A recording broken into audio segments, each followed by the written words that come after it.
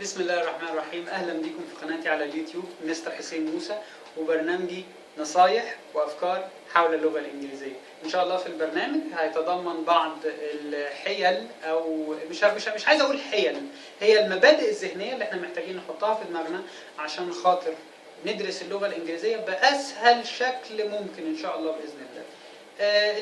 السلسله هتبقى عباره عن فيديوهات قصيره فيها معلومات مركزه وحقائق عن اللغه الانجليزيه، ان شاء الله باذن الله تفيدكم وتبقى معلومات يمكن تسمعوها لاول مره وتبسطكم ان شاء الله باذن الله. عايز اقول يا جماعه اعرفكم بنفسي، يعني انه انا مستر حسين موسى العبد لله الفقير، مستر حسين موسى. بدي كورسز من سنه 2009، من اول كورسات التاسيس خالص، البدايه خالص ليفل 0 1 ومستويات كي جي 1 وكي جي 2 للاطفال لحد مستوى الايلتس والتوفل، والحمد لله ساعدت ناس انها تسافر امريكا وتسافر كندا as well ويدرسوا هناك وينجحوا في حياتهم. الفكره في انه الانجليزي يا جماعه بدا معايا رحله، هو رحله بدا معايا من وانا صغير جدا، واكتشفت ان انا بحب اللغات الاجنبيه، مجال اللغات الاجنبيه عموما.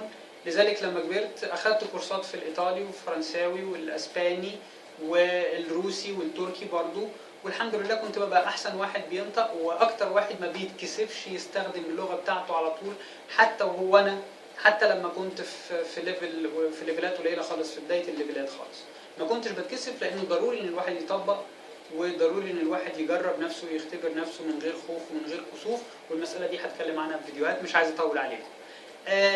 ببساطه كده زي ما قلنا انه انا برضو دارس تنميه بشريه وعندي شهادات في البرمجه اللغويه العصبيه ومدرب قياده معتمد.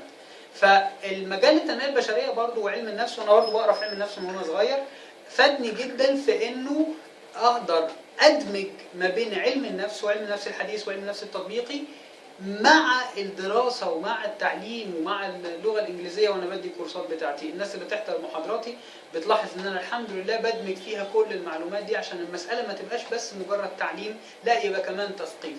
ان شاء الله اشوفكم في حلقات تانية، دي بس كانت مقدمه قصيره كده، مش عايز اطول عليكم، واشوفكم ان شاء الله في حلقات تانية.